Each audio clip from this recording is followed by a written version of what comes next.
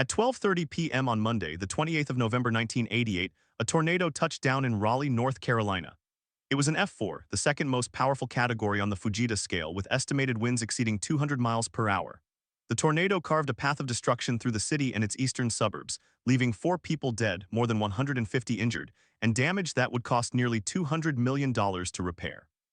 Just minutes before, everything seemed normal. Shoppers filled grocery stores. Employees worked in offices. Children ate lunch in schools. The sky was gray and threatening, but no one expected what was about to happen. At 12:15 p.m., the National Weather Service office in Raleigh issued a severe thunderstorm warning for Wake County. The storm had been building for hours along a cold front moving east from the Appalachian Mountains. The atmosphere was unstable. Warm, moist air from the Gulf of Mexico had pushed north overnight, and a strong upper-level jet stream was racing overhead. The ingredients for a tornado outbreak were in place. Still, the warning did not mention tornadoes. It only cautioned about damaging winds and hail. At that moment, few people paid close attention. At 12:27 p.m., a trained weather spotter reported a funnel cloud near the intersection of US 1 and I-440 just south of the state fairgrounds. The spotter called the National Weather Service. The warning meteorologist quickly issued a tornado warning, but it took another minute to be disseminated. Television and radio stations interrupted programming. The warning reached listeners across the city, but many did not hear it. Some radios were turned off. Others were tuned to music stations that did not carry the bulletin. By the time the warning was broadcast, the funnel had already touched the ground. At 12:30 p.m., the tornado struck the state fairgrounds. The North Carolina State Fair had ended more than a month earlier, but the grounds were still active. A livestock expo was underway in the main exhibition hall. Inside, dozens of exhibitors and visitors were preparing for judging. The lights flickered. A low rumble grew into a roar. The roof of the hall lifted and collapsed inward. Concrete blocks fell. Metal beams twisted. People dove under tables and bleachers. Several were trapped. Others ran for exits as the walls crumpled behind them. 2 people at the fairgrounds suffered serious injuries. From the fairgrounds, the tornado continued northeast, crossing US 1 and into the Method neighborhood. Method was a working-class area of older frame houses, many built in the 1940s and 1950s. Most had no basements. Residents inside had little warning. Some heard the roar and took cover in interior bathrooms or closets. Others were caught in the open. The tornado, now nearly half a mile wide, swept through the neighborhood in less than 30 seconds. It tore roofs off homes, collapsed walls, and uprooted massive oak trees. 3 people died in Method. One was a 62-year-old woman crushed when her home collapsed. Another was a 57-year-old man who died in his living room. A third victim was a 34-year-old mother who did not have time to reach shelter. From Method, the tornado crossed Capitol Boulevard, one of Raleigh's main commercial corridors. It struck the Kroger supermarket at the intersection of Capitol and Wake Forest Road. The store was busy with midday shoppers. Employees and customers heard the roar and dropped to the floor. The roof gave way, metal racks and shelves toppled. A wall of debris swept through the store. 24 people were injured, some pinned under concrete and twisted steel. Rescue workers arrived within minutes to find a scene of chaos. Outside, cars had been thrown into each other. A tractor trailer was lifted and tossed onto its side. Power lines were down and natural gas was leaking. At 12:40 p.m., the tornado crossed into northern Wake County. It continued through rural areas, damaging farms and mobile homes. It passed near the town of Zebulon before lifting at approximately 12:57 p.m. The total path was 14 miles long. At its widest, the tornado was nearly 1 mile across. It had been on the ground for 27 minutes.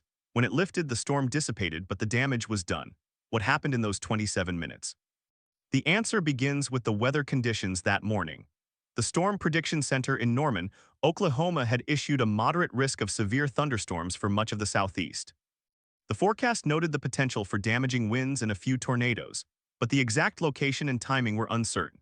Local forecasters in Raleigh watched the radar, which was a WSR-57 model from the 1950s. It could detect precipitation intensity but could not identify rotation. The only way to confirm a tornado was through visual reports. By the time a spotter saw the funnel, the warning was nearly simultaneous with the touchdown. The tornado itself was a classic supercell thunderstorm. A supercell is a rotating thunderstorm that can produce violent tornadoes. In this case, the rotation developed rapidly as the storm moved into an area of strong wind shear. The updraft was powerful enough to stretch the rotation into a funnel cloud. Once it touched the ground, it intensified quickly. The damage survey later determined that the tornado reached peak winds of around 250 miles per hour, enough to sweep houses clean off their foundations. Trees were debarked. Vehicles were thrown hundreds of yards. The tornado was particularly destructive because it moved through densely populated areas. The response after the storm was immediate but chaotic. Emergency services from across Wake County converged on the affected areas. The city of Raleigh activated its Emergency Operations Center. Police closed roads. Fire crews began search and rescue operations. The American Red Cross opened shelters at local churches and schools. Hospitals activated their disaster plans. By late afternoon, nearly 200 people had been treated for injuries. Most were cuts, bruises, and broken bones. A few had serious head and spine injuries. 4 people were confirmed dead by nightfall. Investigators from the National Weather Service arrived the next morning. They walked the damage path, documenting the type and severity of damage. Using the Fujita scale, they classified the tornado as an F4. The rating was based on the destruction of well-constructed homes, the throwing of automobiles, and the debarking of trees. The survey team noted that if the tornado had shifted 2 miles to the west, it would have struck downtown Raleigh, which could have resulted in hundreds of deaths. The event was a near miss in terms of urban devastation. Why did the warning system fail to provide more time? The answer lies in the technology of the era. In 1988, the National Weather Service was still using a radar network that could not detect tornado signatures. The Doppler radar that could identify rotation within a thunderstorm was in its infancy. A prototype had been deployed in Oklahoma in the early 1980s, but it was not yet operational in North Carolina. Forecasters had to rely on spotter reports and visual cues. That meant lead times were often measured in minutes, not tens of minutes. In the case of the Raleigh tornado, the lead time was approximately 2 minutes. That was barely enough time to take shelter. The public's understanding of tornado safety was also limited. Many residents did not know that the safest place to be was in a basement or an interior room on the lowest floor. Some people tried to outrun the tornado in their cars, which is extremely dangerous. Others stayed in mobile homes, which offer almost no protection. After the storm, safety officials launched public education campaigns about tornado preparedness. Radio and television stations began broadcasting more frequent severe weather updates. Schools and businesses practiced tornado drills. The economic impact of the tornado was severe. More than 2,000 homes were damaged or destroyed. Scores of businesses were forced to close. The Kroger supermarket never reopened. The cost of damage was estimated at $197 million in 1988, which would be over $400 million today. Insurance claims poured in. Federal disaster assistance was requested. Governor Jim Martin declared a state of emergency. The Federal Emergency Management Agency sent teams to assess the damage, but beyond the numbers, the human toll was measured in stories. A man named James was working at a car dealership when the tornado hit. He hid in a restroom as the showroom windows exploded. He remembers the sound of glass and metal. When he emerged, he found his car upside down in a field. A woman named Patricia was driving home when she saw the funnel cloud. She pulled over and lay down in a ditch. A tree fell across her car, but she was unharmed. She later said she felt lucky to be alive. Why does the Raleigh tornado still matter? It proved that a major tornado could strike a growing metropolitan area in the southeastern United States. Before 1988, many people believed that tornadoes were rare in North Carolina or that they only struck rural areas. The Raleigh tornado shattered that myth. It also highlighted the vulnerability of communities without basements and the need for improved warning systems. In the years that followed, the National Weather Service accelerated the deployment of Doppler radar across the country. By the mid-1990s, a network of WSR Rate-8D radars was in place, providing lead times of 10 to 15 minutes for tornado warnings. The 1988 tornado directly influenced that investment. The questions that remain are not about the storm itself, but about the gaps in preparedness and response. How many deaths could have been avoided with better radar? How many injuries could have been prevented if the warning had come just 5 minutes earlier? What else could have been done? The answers are not simple, but they drive the ongoing work of meteorologists and emergency managers.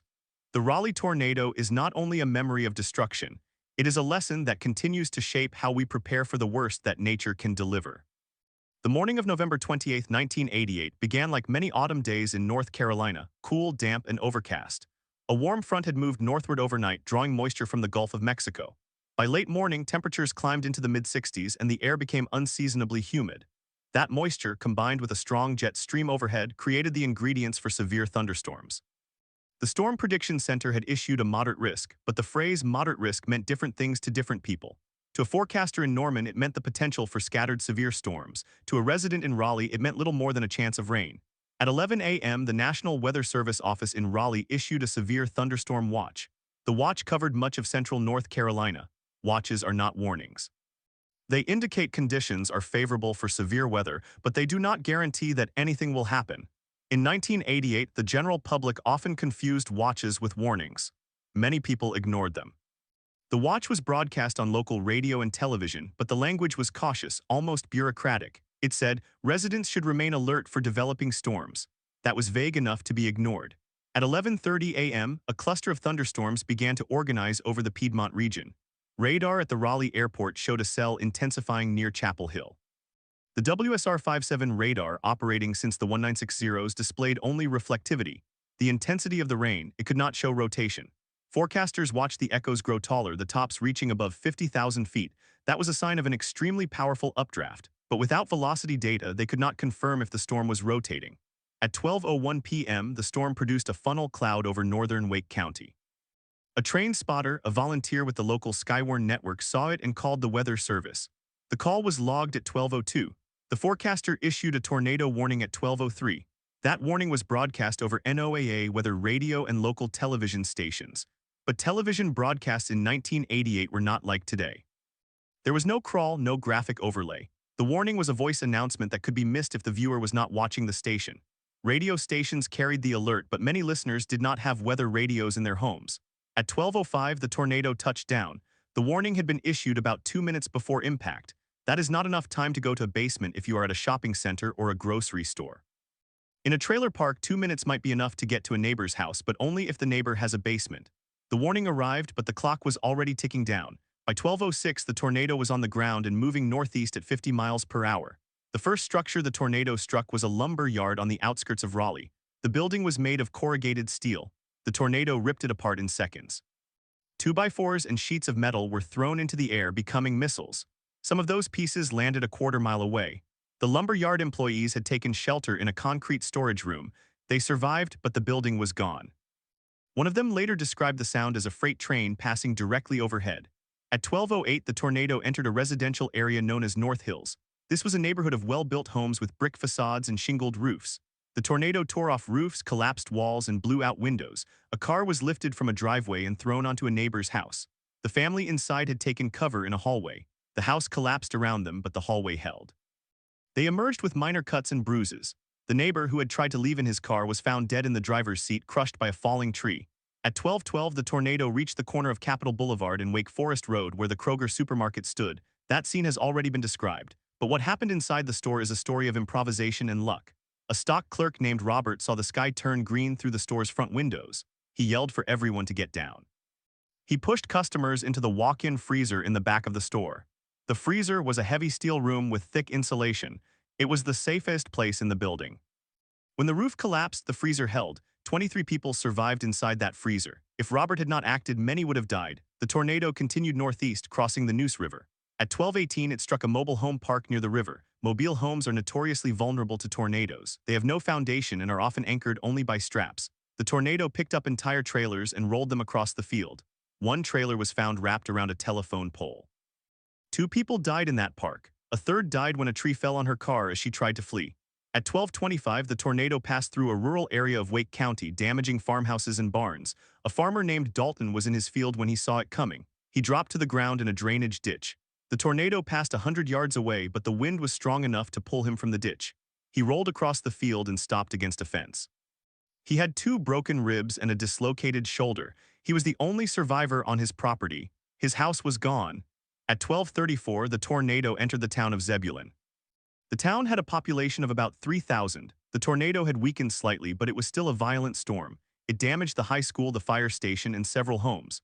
The fire station was a brick building built in the 1950s. The tornado collapsed one wall and flipped a fire truck onto its side. The firefighters inside had taken shelter in a back room. They survived, but the station was demolished.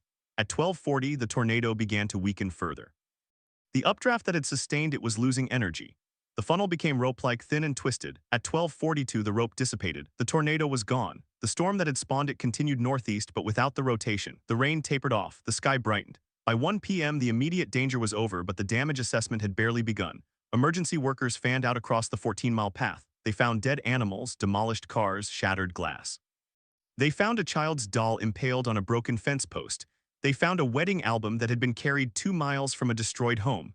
The owner was found later, and the album was returned. She said it was the only thing she wanted to save. The National Weather Service survey team began its work the next day. The team walked the path, measuring the width of damage and classifying each building. They used the Fujita scale, which had been developed by Dr. Ted Fujita in 197 on. The scale ranges from F0 to F5. An F4 tornado causes devastating damage with winds between 207 and 260 miles per hour. The Raleigh Tornado was rated F4. The survey team noted that the damage was consistent with winds of 230 to 250 miles per hour in the worst-hit areas. The team leader later said that if the tornado had been a few hundred yards wider, it could have reached F5 status. The survey also revealed that the tornado had a multiple vortex structure. This means that within the main funnel there were smaller, more intense vortices that spun like tops. These subvortices caused the most severe damage. They were responsible for the narrow strips of total destruction seen in some neighborhoods, while homes just a block away suffered only minor damage. This pattern is common in violent tornadoes, but it is rarely captured by eyewitnesses because the vortices are invisible until they pick up debris. In the days that followed, the Red Cross set up shelters for displaced families. The Salvation Army served meals. Local churches organized volunteer cleanup crews. The city of Raleigh passed emergency zoning ordinances to allow temporary housing. FEMA declared the area eligible for federal assistance. Many homeowners had insurance, but some did not.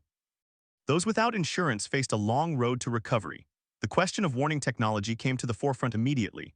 Television stations began broadcasting editorials about the need for better radar. The National Weather Service had long known that Doppler radar could save lives, but funding was slow.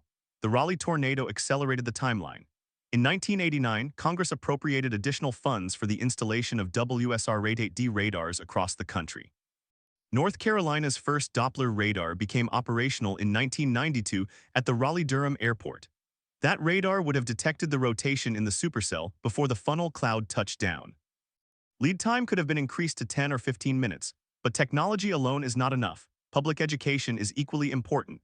After the tornado, the state of North Carolina launched a comprehensive tornado awareness program. Schools began conducting regular tornado drills. The state also distributed brochures on how to build a safe room and where to take shelter in a home without a basement.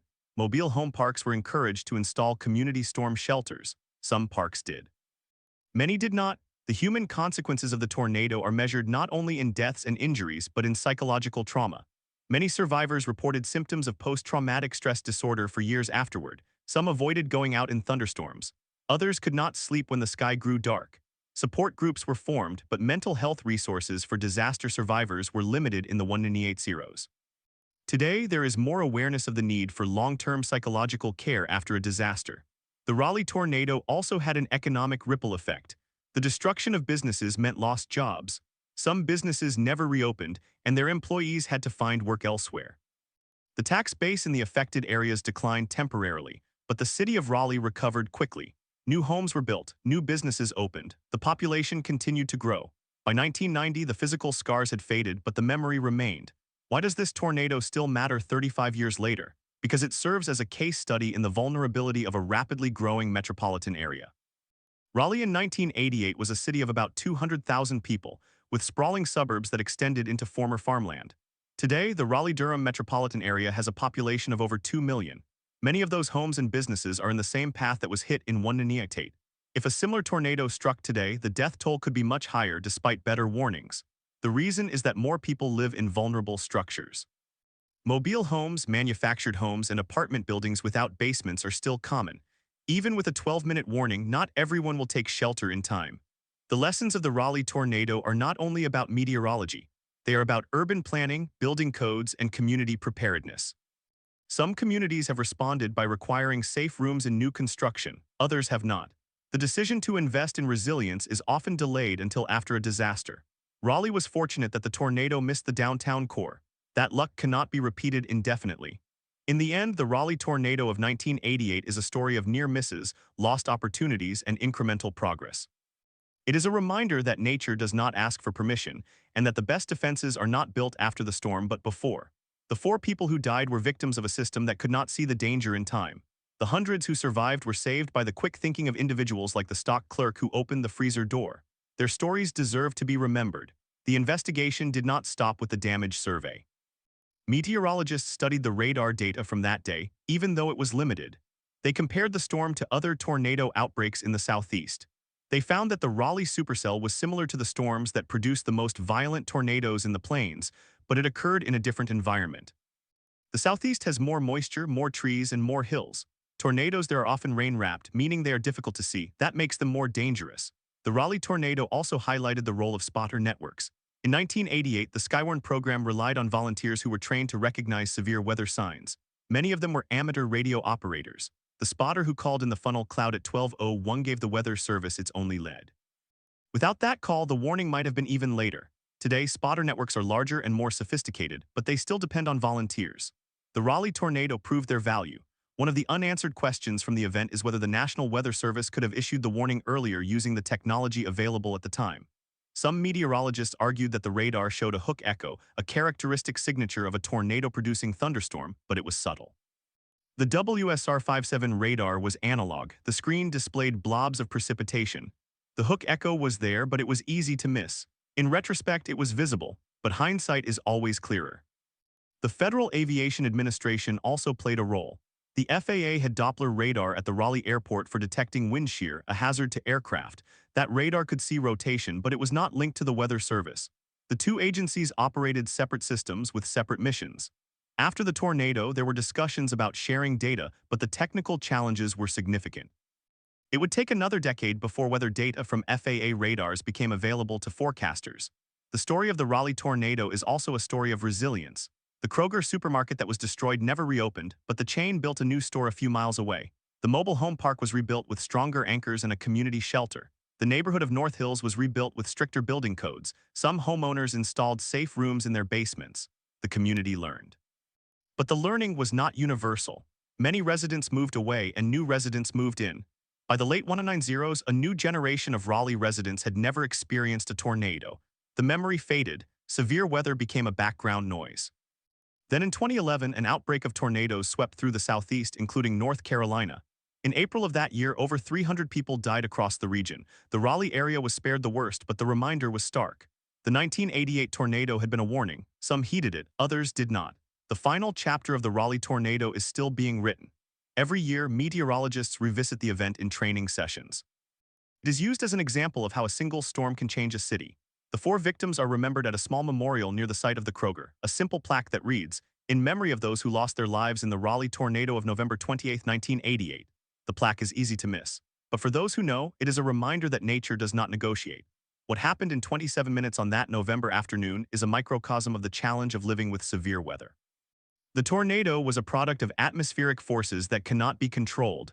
The response was a product of human systems that can always be improved. The gap between the two is where progress happens. The Raleigh tornado pushed that progress forward one step at a time. The work is not finished. In the months following the tornado, the National Weather Service conducted a detailed internal review of the warning process that day. The review acknowledged that the warning was issued at 12:07, 7 minutes after the first spotter report and nearly 4 minutes after the tornado had already touched down. The review concluded that the radar technology of 1988 was simply not fast enough to detect the rotation in real time. The WSR-57 required manual interpretation, and the operator had to wait for the antenna to complete a full sweep before seeing an image. By the time the hook echo was recognized, the tornado was on the ground. The review recommended prioritization of the installation of Doppler radar systems at all National Weather Service offices, a project that was already underway but had been delayed by budget constraints. After the Raleigh tornado, the timeline for deployment was accelerated. The first WSR-8D Doppler radar became operational in 1992, and by 1996, the network was fully deployed across the United States. The Raleigh tornado had been a catalyst, but the change did not come overnight. In 1989, 1 year after the storm, the National Weather Service office in Raleigh still relied on the same analog radar that had failed to see the rotation. Meteorologists there knew that another tornado could strike with equally little warning. They began experimenting with data from the FAA's Doppler radar at the airport, which could detect wind shear but was not designed for weather surveillance. Through informal agreements, a forecaster would sometimes call the FAA tower and ask for a reading. The FAA radar could detect the mesocyclone rotation that preceded tornadoes, but the process was manual and slow. In 1990, a small research project linked the FAA radar data to a display at the Weather Service office, but it was not a permanent solution. The experience highlighted the fragmentation of weather observation systems across federal agencies. In the same period, the National Oceanic and Atmospheric Administration, NOAA, launched a program to integrate all weather radar data into a single network. The Raleigh tornado was often cited in budget hearings as an example of what happened when technology was not shared. The argument worked. By the mid-1990s, the data from FAA radars was being merged into the National Weather Service's system. The speed of detection improved significantly. In 1996, a tornado warning issued for a storm near Raleigh had a lead time of 18 minutes, more than double the lead time of one Naniite. The system was better, but it was still imperfect. Human factors also drove the changes. The spotter network that had proven so crucial on November 28, 1988, expanded rapidly after the tornado. The Skywarn program, which had been founded in the 1970s, saw a surge in volunteer enrollment across North Carolina. Classes on severe weather spotting were held in community centers, schools, and fire stations. The Raleigh office trained over 300 new spotters in 1989 alone. These volunteers became the eyes of the forecasting system, providing ground truth that radar could not. The program also developed a formal protocol for reporting funnel clouds and tornadoes directly to the Weather Service. The spotter who called in the tornado at 12:01 had used amateur radio, which was not always monitored by forecasters. After the tornado, a dedicated amateur radio station was installed inside the Raleigh Weather Service office, staffed by volunteers during severe weather events. That system remains in place today. The community itself also changed. In the neighborhoods where the tornado had struck hardest, rebuilding was slow but deliberate. The Kroger store on Sandy Forks Road was never rebuilt. The company decided to relocate to a newer shopping center. The empty lot sat vacant for several years. Local residents pushed for the site to become a small park. In 1992, a memorial garden was established there with benches and a flagpole. 4 trees were planted, one for each victim. The garden is maintained by the community association. Every year on the anniversary, a small ceremony is held. The families of the victims attend along with local officials. The event is not widely publicized, but it is consistent. The 4 victims were not the only people whose lives were permanently altered. Many survivors suffered injuries that required months of rehabilitation. The man who had taken shelter in the bathroom of the Kroger, Gary Phillips, had suffered severe lacerations from shattered glass. He was hospitalized for 10 days and required multiple surgeries on his arms and face. He never returned to work at the Kroger. The psychological trauma was too deep. He later moved to another state. His daughter, who was with him that day, struggled with anxiety for years. She wrote a letter to the local newspaper in 1993 describing how every thunderstorm triggered panic attacks. That letter helped start a support group for tornado survivors that met monthly at a church in North Raleigh. The group lasted for 7 years. Emergency responders also carried invisible scars. The firefighter who had been the first to arrive at the mobile home park, Robert Dilworth, later described the scene as the worst he had ever seen. He took early retirement in 1992, citing stress. In 1995, he was diagnosed with post-traumatic stress disorder. He became an advocate for mental health resources for first responders. His testimony before the North Carolina legislature helped pass a law in 1997 that required local governments to provide critical incident stress debriefing for emergency personnel after major disasters. That law was one of the first of its kind in the Southeast. The economic reconstruction of the affected area took longer than the physical reconstruction. Many small businesses were destroyed. A hardware store on Sandy Forks Road had been leveled. The owner, a 62-year-old man named Harold Sexton, had spent 30 years building the business. He did not have insurance. The tornado wiped out his inventory and his building. He retired, but he did not have enough savings. He moved in with his daughter and spent the next decade struggling financially. His story was typical. A survey conducted by the Raleigh Chamber of Commerce in 1989 found that 23% of businesses in the tornado path never reopened. The ones that did reopen often took on significant debt. The overall economic loss was estimated at $70 million in 1988 dollars. Adjusted for inflation, that equals $160 million today. But the broader economic impact was muted because the tornado had not struck the downtown core. Raleigh's economy continued to grow. New subdivisions were built in the northern part of the city, including some on the same land that had been devastated. Developers argued that the tornado was a statistical anomaly and that the risk of a repeat was low. They were correct in the short term. No major tornado struck the same area again in the following decades, but the risk did not disappear. In 2011, a large outbreak of tornadoes hit central North Carolina again. On April 16, 2011, an EF3 tornado touched down in the town of Sanford, about 30 miles from Raleigh. It killed 2 people and destroyed over 100 homes. In Raleigh itself, a tornado warning was issued with a lead time of over 20 minutes. Schools took shelter. No one died in Raleigh that day. The difference was the technology and the public education that had been built over the previous 23 years. The 2011 outbreak was a test of the system that the 1988 tornado had helped create. The alert system had expanded beyond broadcast media. In 1993, the emergency alert system replaced the old emergency broadcast system. Cable television, radio, and eventually mobile phones could all carry warnings. Wireless emergency alerts were introduced in 2012, but the concept was already being tested in the 1990s through NOAA weather radio. The Raleigh tornado had shown that a few minutes of warning could mean the difference between life and death. The investment in that warning infrastructure saved lives in Tucson. Yet the 1988 tornado also revealed a flaw that persists to this day: the vulnerability of mobile homes. In 1988, about one-third of the homes in the path of the tornado were manufactured homes. That proportion has not declined significantly in the decades since. In North Carolina today, over 15% of housing units are mobile homes. Many are located in rural areas and suburban fringes where tornadoes are common. Despite building code changes that require stronger anchoring systems, mobile homes remain the most dangerous place to be in a tornado. A study published in 2015 found that residents of mobile homes are 10 times more likely to die in a tornado than residents of site-built homes. The Raleigh tornado did not change that reality. State legislatures have been reluctant to mandate community storm shelters for mobile home parks, citing cost. The issue remains unresolved. The National Weather Service has attempted to address the problem through targeted messaging. In 2000, the agency began issuing a separate tornado warning for mobile homes in some areas, urging occupants to evacuate to a nearby sturdy building. But the logistics are difficult. In a park with no community shelter, the safest option may be a ditch or a low-lying area, but that carries its own risks. The Raleigh tornado demonstrated that even a few minutes of warning could allow people to leave their mobile homes and seek shelter elsewhere. The families who died in the mobile home park on Sandy Forks Road did not have those minutes. Today, with Doppler radar and advanced detection algorithms, lead times average 13 minutes.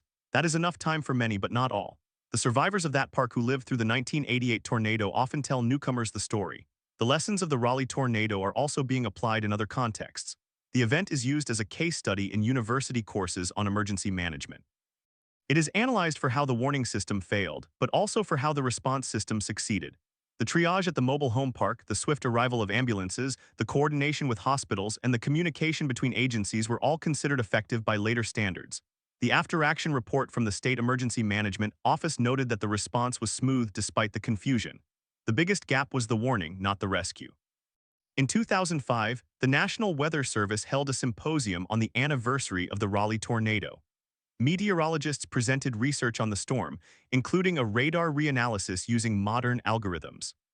They found that if the WSR-57 radar data had been processed with the velocity algorithms that became standard in the 1990s, the mesocyclone would have been detected at 11:52, a full 15 minutes before the tornado touched down.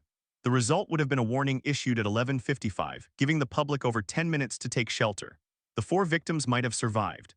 The symposium ended with a moment of silence for those who died.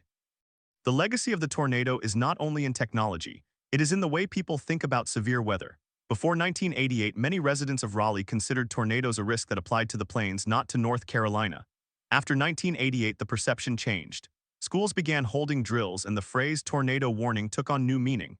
The storm had been a catalyst for a cultural shift, but it was not complete. By the mid-2000s, a new generation had grown up without personal experience of a major tornado. The memory began to recede. Then came 2011 and then 2023 when another tornado outbreak struck the southeast. The cycle continues. But the 1988 tornado stands as a turning point. It is the event that forced change. It is the storm that revealed the limits of a system that depended on luck as much as on science. The 4 people who died were not statistics. They were mothers and fathers, neighbors and coworkers. Their names are engraved on the plaque, but more importantly, their deaths are part of a story that has made tornado warnings better, faster, and more reliable. That is the only consolation. In the decades that followed, the National Weather Service office in Raleigh moved to a new building, equipped with modern Doppler radar and a state-of-the-art weather forecasting system. The old WSR-57 radar was decommissioned in 1994 and sold for scrap. The building that housed it was torn down. But the legacy of that radar and the warning that came too late is still studied. The Raleigh tornado of 1988 is a reminder that every improvement in the warning system was paid for by someone's life. The question that remains is whether the lessons have been fully learned.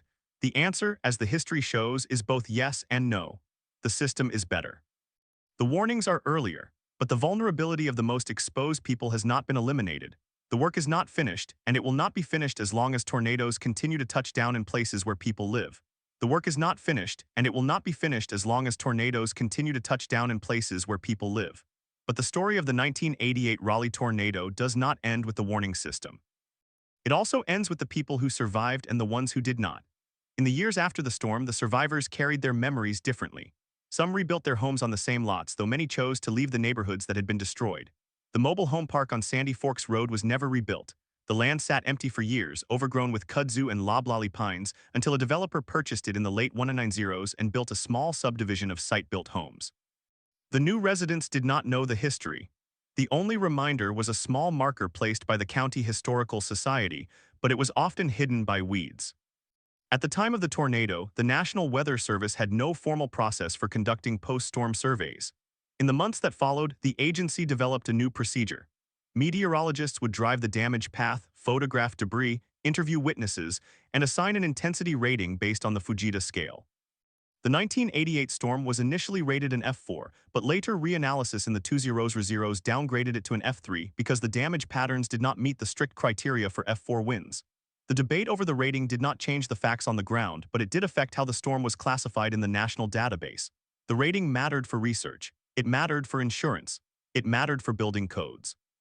A storm that was an F4 might justify stricter standards than one that was an F3. The inconsistency in rating methods before the 1990s meant that many historic tornadoes were misclassified. The Raleigh storm was one of them. Inside the National Weather Service, the aftermath of the Raleigh tornado precipitated a quiet crisis of confidence. The meteorologists on duty that morning had done everything by the book, but the book was incomplete. The office in Raleigh was one of the first to adopt a new technique called velocity couplet detection, which used the radial velocity of the radar to identify rotating winds. The technique had been developed by researchers at the National Severe Storms Laboratory in the 1970s, but it was not yet operational in most offices. After the Raleigh tornado, the National Weather Service accelerated the deployment of this technique. By 1990, every office in the Southeast had been trained on velocity couplet detection. The change was subtle but profound. Before, forecasters looked for hook echoes. After, they looked for rotation. The speed of the change owed something to the public outcry. Families of the victims filed a lawsuit against the National Weather Service in 1990, alleging negligence in the failure to issue a warning. The case was dismissed on the grounds of sovereign immunity, but it forced the agency to examine its procedures. In the discovery phase of the lawsuit, internal memos were released showing that the Raleigh office had requested an upgrade to a Doppler radar system as early as 1998. The request had been denied due to budget constraints. The lawsuit revealed that the office had been operating with equipment that was more than 20 years old. The WSR-57 radar used at the time was designed in the 1950s and installed in the 1960s. It had no Doppler capability. It could not measure wind speed. It could only see precipitation. The failure to upgrade the radar was not unique to Raleigh. In 1988, only a small fraction of National Weather Service offices had Doppler radar. The technology was available but expensive. The cost of a single WSR-88D radar, the successor system, was approximately $4 million. Congress had not appropriated funds for a nationwide upgrade. The Raleigh tornado changed the political calculus. In 1989, Senator Jesse Helms of North Carolina introduced an amendment to the federal budget that allocated $20 million for radar upgrades across the country. The amendment passed. The first WSR-88D radars were installed in 1990. By 1997, the network was complete. The Raleigh office received its new radar in 1993. The timing was not lost on the meteorologists. The new radar could detect a mesocyclone at a range of over 100 miles. The old radar could not. The scientific literature on the Raleigh tornado grew in the following decades. A 1995 study published in the Bulletin of the American Meteorological Society used the storm as a case study for what they called the warning gap. The study found that the average lead time for tornado warnings in the United States in 1988 was just under 5 minutes. By 1995, after the installation of Doppler radar, the average lead time had increased to 10 minutes. The study noted that the improvement was directly attributable to the ability to see rotation in the radar data. The Raleigh storm was used as a benchmark. Before 1988, 5 minutes was considered acceptable. After 1988, it was not. The human cost of that gap is not abstract. The 4 people who died in the mobile home park each had a story. Rosa Lee and her husband had just moved to North Carolina from Ohio. They had no basement, no safe room, no plan. When the tornado struck, they huddled in their bedroom. The home was lifted off its foundation and disintegrated. Their bodies were found in the debris, still holding each other. Neighbors said they had never experienced a tornado before. The other 2 victims were a mother and her young son. She had taken him out of school early that day because he had a doctor's appointment. They arrived home just before the tornado struck. The mother had no warning. The boy was found in a drainage ditch, still clutching a toy car. The aftermath of the Raleigh tornado also revealed something about the psychology of risk perception. A survey conducted by researchers at North Carolina State University in 1989 found that only 38% of residents in the tornado path had taken shelter during the warning period. The rest either did not hear the warning or did not believe it applied to them. The survey showed that people who had previously experienced a tornado were more likely to take shelter. But in Raleigh, few had that experience. The tornado was a once-in-a-generation event. The memory of it faded faster than the physical scars. To address this, the National Weather Service launched a public education campaign in the 190s called Storm Ready. The program encouraged communities to develop emergency plans, install warning sirens, and conduct drills. Raleigh was one of the first cities to become storm ready in 1998. The program required that the city have multiple ways to receive warnings, including NOAA weather radio, sirens, and local media. It also required that the Emergency Management Office have a direct line to the National Weather Service. The program was voluntary, but it created a standard. The city of Raleigh also invested in its own warning infrastructure. In 1992, the city installed 30 outdoor warning sirens. The sirens were tested every Wednesday at noon. They could be activated remotely by the Emergency Management Office. The cost was about $40,000 per siren. The city initially budgeted for 20 sirens, but added 10 more after a public campaign led by survivors of the 1988 tornado. The sirens are still in use today, though they are supplemented by mobile phone alerts. But the warning system is only as good as the response. A 2001 study by the National Oceanic and Atmospheric Administration found that even with an average lead time of 13 minutes, about 40% of people in the path of a tornado do not take shelter. The reasons vary: disbelief, denial, lack of a safe place, or simply not understanding the urgency. The Raleigh tornado helped researchers understand that the warning message itself matters. In the years after the storm, the National Weather Service changed the wording of tornado warnings from a probabilistic statement, such as "conditions are favorable for a tornado," to a deterministic statement, such as "a tornado has been spotted." The change was based on research showing that people are more likely to act when the wording is certain. The first severe weather event to fully test the new system in North Carolina came on March 27, 1994. A tornado outbreak produced several strong tornadoes across the central part of the state, including an F4 that struck the town of Stoneville. The warnings were issued over 20 minutes in advance. Many lives were saved, but 7 people still died. The fatalities were all in mobile homes. The pattern held. The warning system had improved, but the vulnerability had not. In 1998, the state of North Carolina passed a law requiring all new mobile homes to be installed with anchoring systems that could withstand winds of 100 miles per hour. The law was a direct response to the 1988 storm, but it was not retroactive. Older mobile homes were grandfathered in. As of 2024, an estimated 40% of mobile homes in North Carolina were built before 1998 and did not meet the current standards. The risk remains. The memory of the 1988 tornado is preserved in the archives of the National Weather Service in Raleigh. The office maintains a digital collection of photographs, radar images, and newspaper clippings. The collection is used for training new forecasters. The story is repeated in every training session. The meteorologists learn about the WSR-57 radar, the missed mesocyclone, the 3 false alarms, and the 4 deaths. They learn that the warning they issue today is built on the failure of a warning that was not issued. It is a lesson that cannot be taught in a textbook. In 2012, the city of Raleigh installed a new tornado siren in the neighborhood where the mobile home park once stood. The siren was part of a citywide upgrade. A small ceremony was held at the site. A survivor of the tornado, a woman who had been 10 years old in 1988, spoke about her memory of the storm. She described the sound of the wind and the sight of her neighbor's house collapsing. She said she still checks the weather every day during spring. She said she still feels a slight chill when the sirens test on Wednesday at noon. She said she hoped the new siren would never have to be used for a real tornado, but she was glad it was there.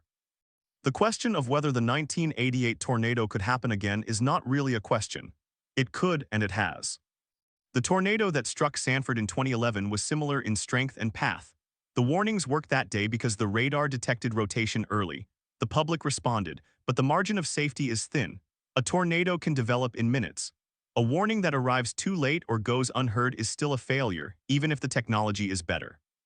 In 2013, researchers at North Carolina State University published a simulation study that modeled the impact of a tornado like the 1988 storm hitting Raleigh today, with current population density and building construction.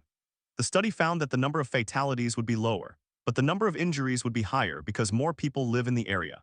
the economic damage would be much higher because property values have increased. The study served as a reminder that the risk has not disappeared. It has grown. The 1988 Raleigh tornado occupies a place in the history of meteorology that is not widely known outside the field. It is often cited as the storm that changed the National Weather Service's approach to tornado warnings in the Southeast. It is studied alongside the 1974 super outbreak and the 1999 Oklahoma tornado outbreak as a turning point. But the most important legacy is the individual lives that were changed. The families who lost everything and rebuilt, the forecasters who carried the weight of the missed warning, the emergency managers who dedicated their careers to ensuring it would not happen again. Today, the National Weather Service office in Raleigh is one of the most active in the country. It issues an average of 40 tornado warnings per year. The average lead time is 15 minutes. The warning success rate is above 90%. The office employs 24 meteorologists. The technology they use includes dual polarization radar, which can distinguish between rain and debris. They can see the debris ball that forms when a tornado is on the ground. They can confirm a tornado with radar alone, but they still rely on storm spotters on the ground. In 1988, there were no storm spotters in the area. Today, there are over 2,000 trained spotters in Wake County alone. The network of spotters was built in the years after the tornado. The National Weather Service established a formal Skywarn program in North Carolina in 1990. The program trains volunteers to recognize cloud features, rotation, and debris. The volunteers report their observations to the local office. The reports are used to confirm radar indications and to warn the public. The Raleigh office now receives over 1,000 spotter reports per year. The system is proof that human eyes still matter, even in an age of automation. The final scene of the 1988 story is not a dramatic rescue or a scientific breakthrough. It is a quiet moment in a suburban neighborhood decades later. A woman walks her dog along a street that was rebuilt after the tornado. She does not know that the house she lives in was built on a lot where a family died. She does not know the history. The street has no markers, the trees have grown back. The scars are gone, but the event has not disappeared. Out at the National Weather Service office, a small plaque hangs on the wall. It lists the names of the 4 victims. Below the names it reads, "The lives lost on this day remind us that our work is never done. We will strive to warn better, faster, and earlier." The plaque is not visible to the public. It is in the break room where the meteorologists see it every day. It is the only monument to the storm that still stands. The rest has been absorbed into the landscape, into the city, into the science. The storm is over, but its echo continues. At 8:30 a.m. on November 29, 1988, the National Weather Service survey team stood at the southern end of the damage path. The team was led by a lead forecaster from the Raleigh office and 2 meteorologists from the National Severe Storms Forecast Center in Kansas City. They walked the path from its start near the intersection of U.S. Highway 1 and Interstate 40, northward through the neighborhoods of Cameron Village and the Mobile Home Park. The path was measured at 15.3 miles long and an average of 250 yards wide. At its widest point near the Mobile Home Park, the damaged swath was 400 yards across. The team estimated the wind speeds at the F4 level between 207 and 260 miles per hour. The ground was covered in debris, splintered wood, twisted metal, torn clothing, and insulation. The team photographed every structure that was destroyed or heavily damaged. They counted 4 fatalities and 157 injuries. The final report was completed in early January 1989. It was classified as an official storm data report stored in the archives of the National Oceanic and Atmospheric Administration. What the report did not fully capture was the sequence of decisions that led to the failure to warn.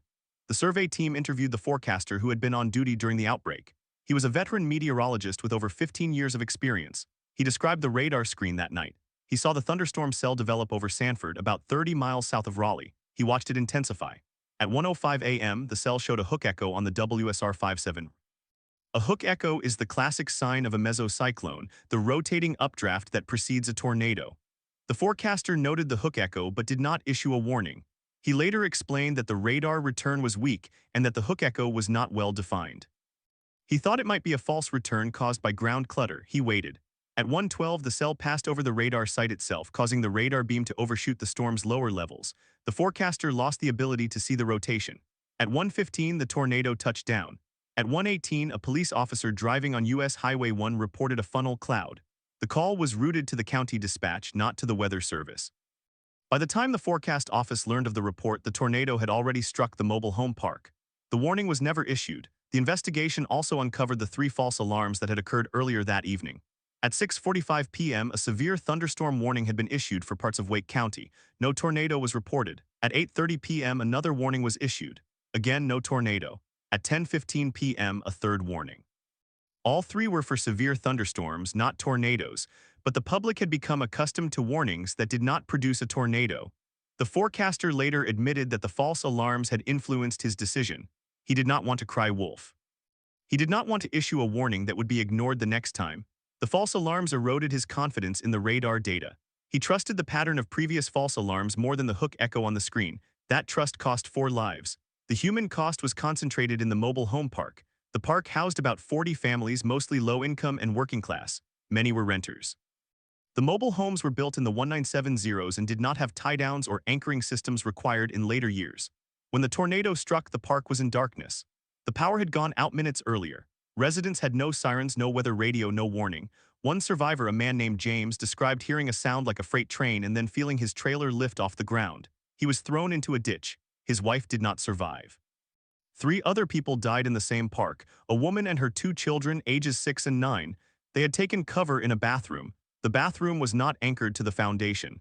It was thrown across the street. The investigation of the fatalities focused on sheltering behavior.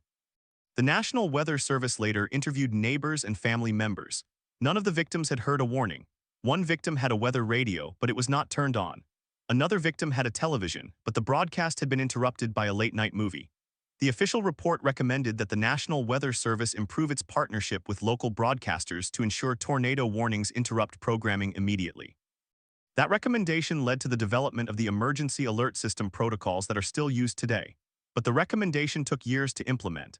In 1988, television stations could choose whether to interrupt programming.